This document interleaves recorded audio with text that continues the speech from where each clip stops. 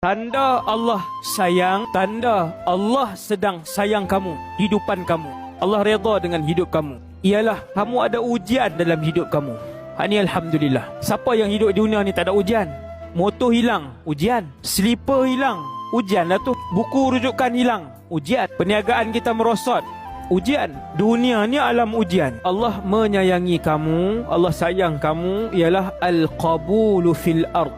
Dia diterima di kalangan penduduk bumi, iaitu manusia menyukai dia, senang dengan dia disebabkan akhlak dan kebaikan dia. Orang sayang dia, ramai orang sayang dia. Bukan sayang sebab dia bagi duit banyak, bukan sayang sebab pengikut dia ramai, siapa rapat dengan dia boleh senang. Bukan sayang sebab jawatan dia tinggi, kalau rapat dengan dia boleh dapat projek dengan mudah. Bukan sayang begitu. Dia ni disayangi oleh ramai orang. Sebab kebaikan dia, sebab akhlak dia, ramai orang senang dengan dia. Sebab ilmu yang dia ada, ramai orang sayang dia. Itu tanda Allah sayang kamu. Itu tanda Allah mengasihi kamu, Allah cinta kamu. Tanda Allah kasih kepada kita semua.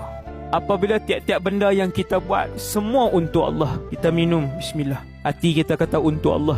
Kita sarung baju, pakai baju, hati kita kata untuk Allah, kamu pakai baju. Kita ziarah orang sakit, hati kita kata aku pergi ziarah ni sebab nak masukkan kegembiraan kepada orang yang sakit tu, nak kurangkan kesakitan dia.